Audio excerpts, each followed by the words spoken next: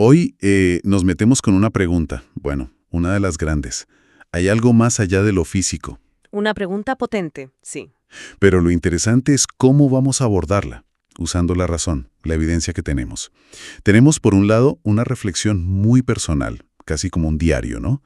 De alguien buscando patrones, buscando señales de algo más. Y por otro, un análisis más académico, más estructurado, que intenta conectar ideas desde la cosmología, la física, hasta la neurociencia. Exacto. La misión aquí es, bueno, es intentar desentrañar la lógica que podría haber detrás de una idea como la de un principio trascendente. Mm, O sea, ¿pueden la lógica, la ciencia actual, física, neurociencia y lo que sabemos de las culturas humanas, pueden sugerir juntas, de forma coherente, que existe una base no material para nuestra realidad? Y esto sin tener que recurrir a dogmas. Una tarea ambiciosa, desde luego. Pues sí. Vamos a ver cómo esa búsqueda más personal, esa intuición que a veces uno tiene de que tiene que haber algo más, pues cómo se puede examinar con un argumento racional, uno que busque la mejor explicación posible para algunos misterios enormes, como el origen de todo o nuestra propia conciencia. Vale, pues entremos en materia. Venga, la pregunta fundamental que está ahí en los dos textos es la clásica. ¿Por qué existe algo, en lugar de la nada absoluta? La gran pregunta filosófica. Sí, la reflexión personal describe como una especie de rastreo, ¿sabes? Casi como usar herramientas modernas, hasta IA menciona, para ver si los datos, los patrones del mundo, insinúan una respuesta.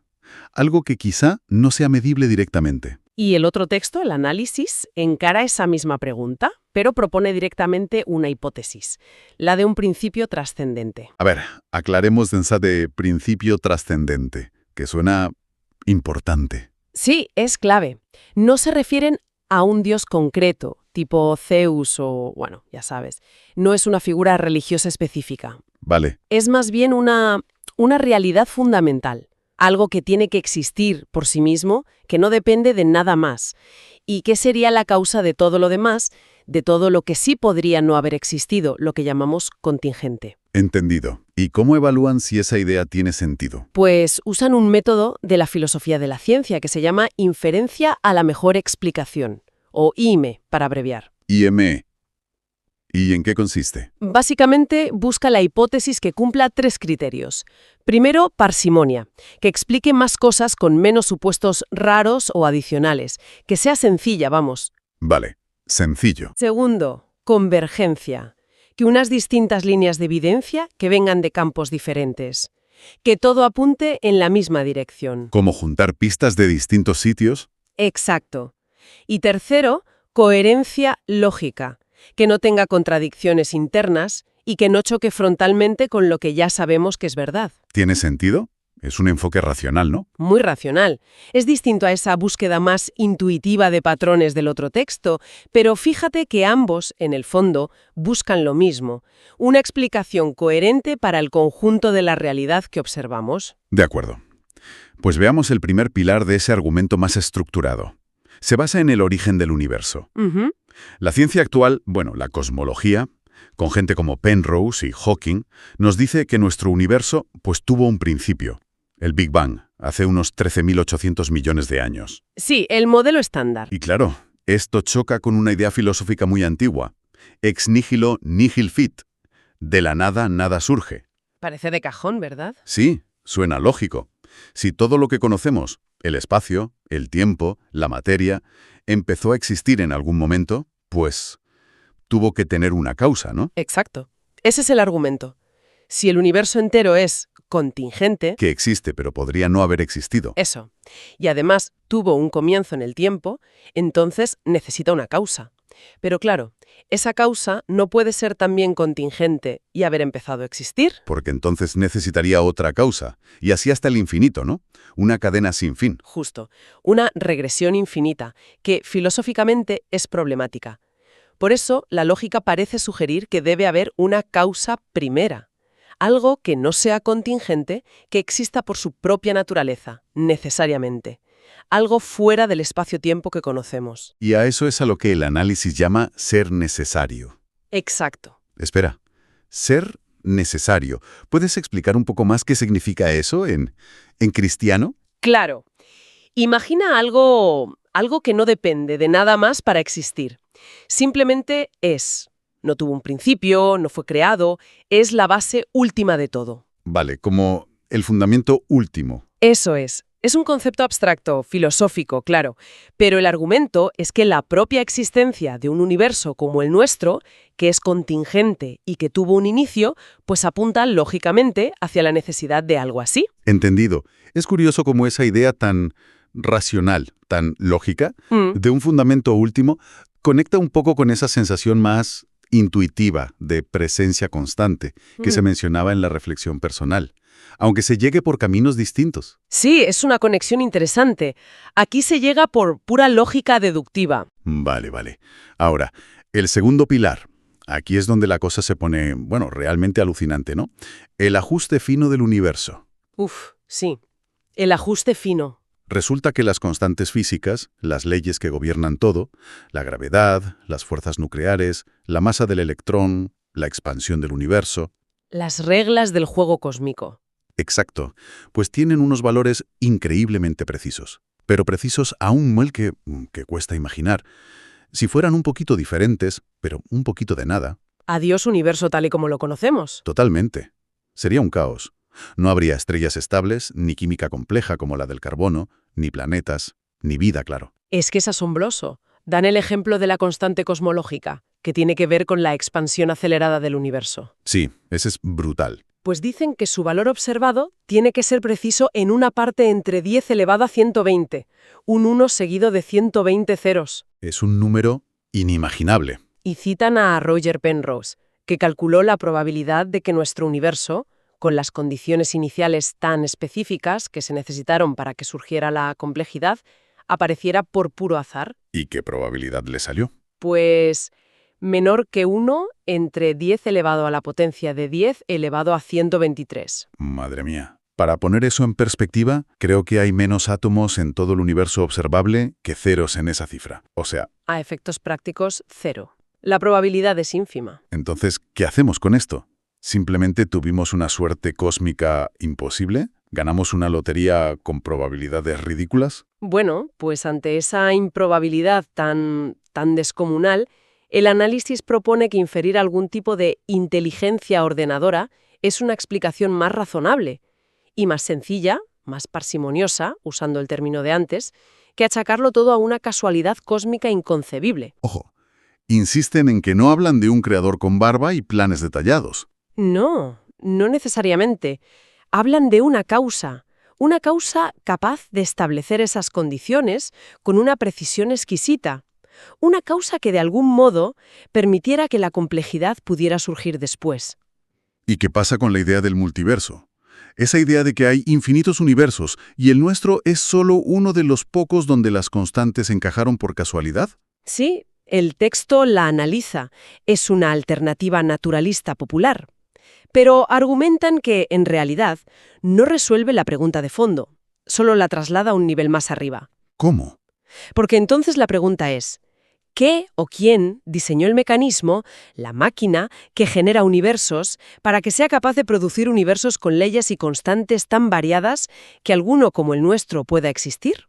¿Por qué ese mecanismo generador y no otro, o ninguno? Ya veo. Mueves el problema del ajuste fino del universo al ajuste fino del generador de universos. Exacto. Por eso, la hipótesis del principio trascendente busca una explicación más fundamental, más última, para ese orden tan específico que observamos. Fascinante, la verdad. Y esto nos lleva al tercer pilar, que nos trae del cosmos a nosotros mismos, a la conciencia. El famoso problema difícil de la conciencia, como lo llamó David Chalmers. Sí, sabemos muchísimo sobre el cerebro. Podemos mapear qué neuronas se encienden cuando vemos el color rojo o cuando sentimos alegría o miedo. El texto menciona estudios como los de Newberg y Dakili, que incluso miran qué pasa en el cerebro durante experiencias místicas o de meditación profunda. Sí, la neurociencia ha avanzado una barbaridad en correlacionar estados mentales con actividad cerebral. Pero, ahí está el pero. ¿Por qué sentimos algo? ¿Por qué hay una experiencia subjetiva? ¿Por qué existe un yo que vive esas cosas desde dentro, en primera persona? Eso la neurociencia, de momento, no lo explica. ese es el quiz de la cuestión. Una cosa es la correlación, qué actividad cerebral acompaña a qué experiencia, y otra muy distinta es la causa o la naturaleza misma de esa experiencia subjetiva, de ese sentir. El texto usa una analogía que me pareció útil. ¿La de la radio? Esa. Dice que el cerebro podría ser como una radio. La radio capta las ondas de radio, las modula, las transforma en sonido y nos permite escuchar la música. Es necesaria para escucharla. Pero no crea la música. Exacto. La señal, la emisión, viene de fuera. De forma parecida, sugieren, el cerebro podría ser el receptor o el modulador necesario para que la conciencia se manifieste de la forma en que lo hacen nosotros, pero no ser su fuente última, su origen, software que corre en el hardware, sino algo más fundamental en la realidad. Exacto. Que la conciencia no sea un epifenómeno, un subproducto casual de la materia compleja, sino quizá una propiedad intrínseca del universo, una dimensión no material de la realidad. Y si fuera así, ¿cómo encajaría el principio trascendente? Pues en ese marco, un principio trascendente entendido no solo como la causa del ser, del universo físico, sino también quizá como una especie de conciencia primordial. Podría ofrecer una explicación. Explicaría por qué la materia, cuando se organiza de una manera muy específica y compleja, como en un cerebro, puede sintonizar con esa conciencia fundamental o dar lugar a la experiencia subjetiva. Vaya, esto sí que desafía la visión materialista más estricta, ¿no? La que dice que todo es materia y energía física. Desde luego, porque el materialismo estricto tiene verdaderas dificultades para explicar cómo la materia inerte, por muy compleja que sea su organización, puede generar la vivencia interior, el que se siente ser, algo. Entendido. Y nos queda el cuarto pilar, que nos devuelve a la escala global, a la humanidad. La universalidad de la experiencia de lo sagrado. Sí, otro punto llamativo. Es sorprendente, ¿verdad?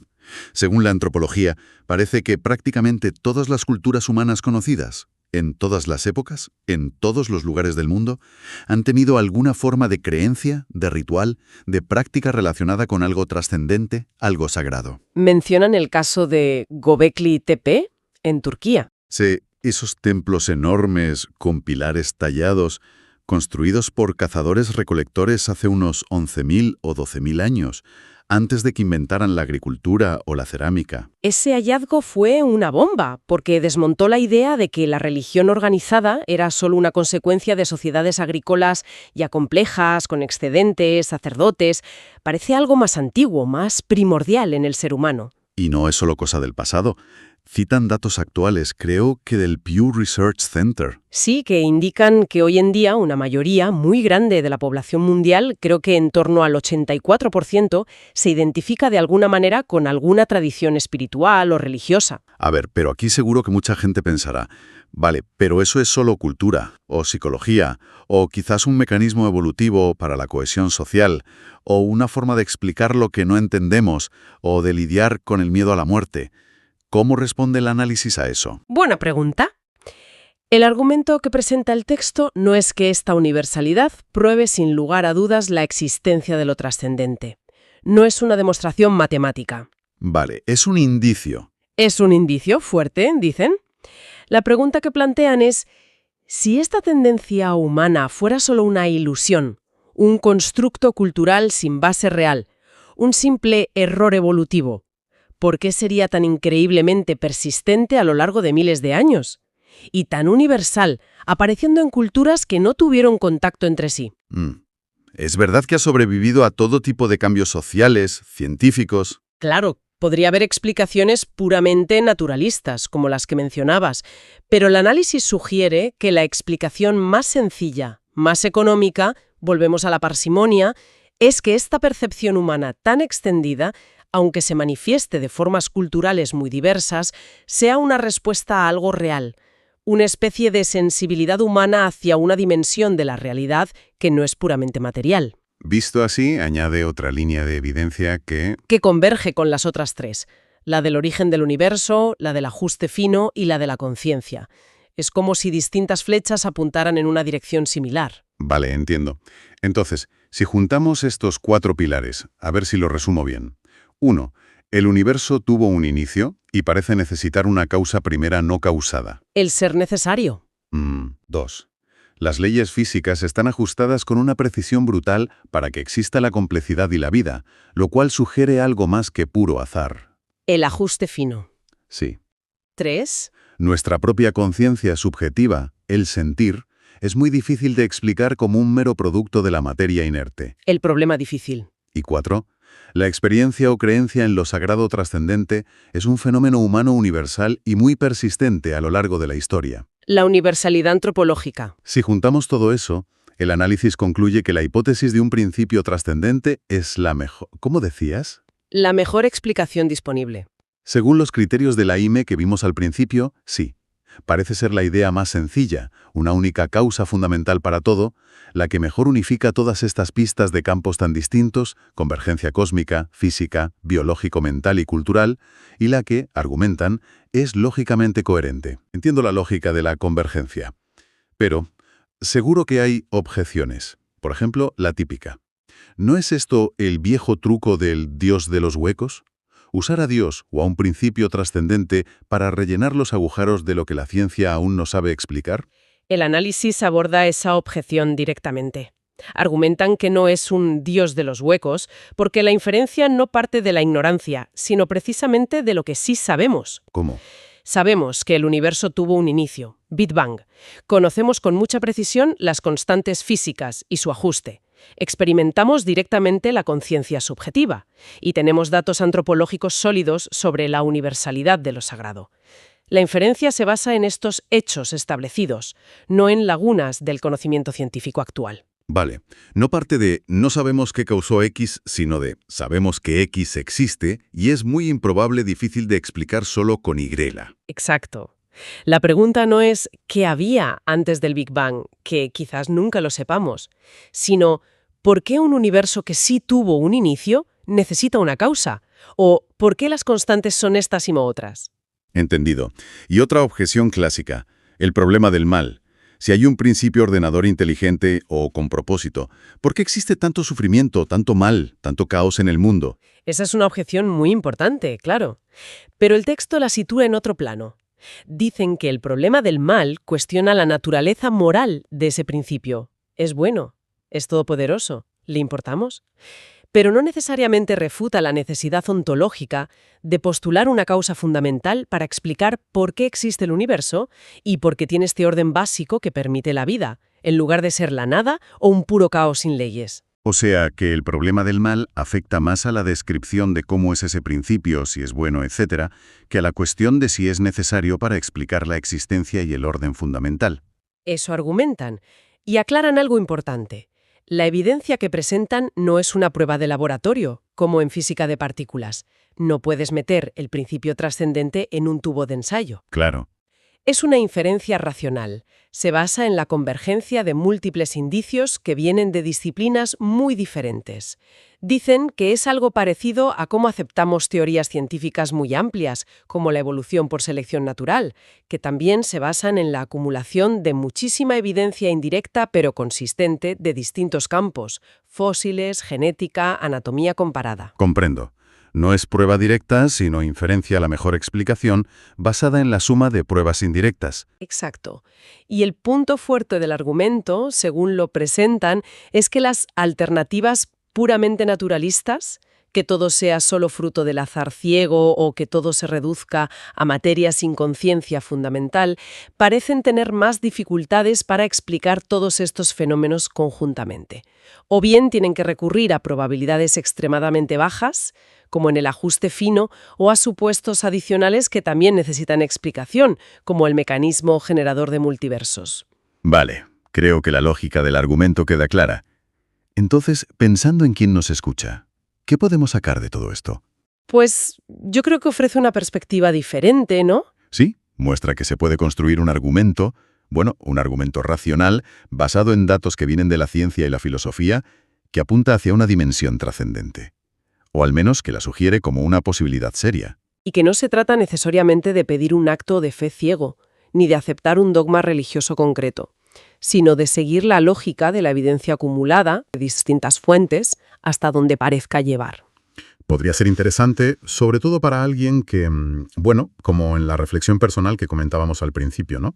Alguien que quizás siente o intuye que hay algo más, algo que no encaja del todo en una visión puramente materialista del mundo. Pero que al mismo tiempo busca una forma de articularlo o de validarlo que no choque con la razón, con el pensamiento crítico, y que a lo mejor tampoco encaja completamente en las respuestas que dan las religiones tradicionales. Sí, como buscar un camino intermedio basado en la razón y la evidencia disponible. Podría ser. La personal de sentido en los patrones del mundo, hasta este análisis estructurado que intenta tejer juntas pistas de la cosmología, la física, la neurociencia, la antropología, para argumentar que un principio trascendente podría ser la explicación más coherente que tenemos para la realidad que conocemos. Sí, ha sido denso, pero fascinante.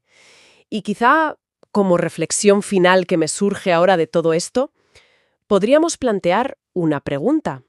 A ver, Si aceptamos, aunque sea solo como una posibilidad seria a considerar, que la razón y la evidencia de campos tan diversos realmente convergen en apuntar hacia un principio trascendente, ¿qué implicaciones tendría eso? ¿implicaciones? ¿Para qué? Pues no solo para nuestra visión del cosmos, de cómo funciona el universo, sino para cómo nos entendemos a nosotros mismos, nuestro lugar en ese gran esquema, nuestro posible propósito, si es que lo hay. Claro, cambiaría la perspectiva. Tal vez abre una vía para buscar sentido a la existencia que no sea ni puramente científica, que por definición se limita a lo medible, a lo empírico, ni estrictamente religiosa, que a menudo requiere aceptar dogmas específicos. Algo intermedio. Sí, quizá algo intermedio.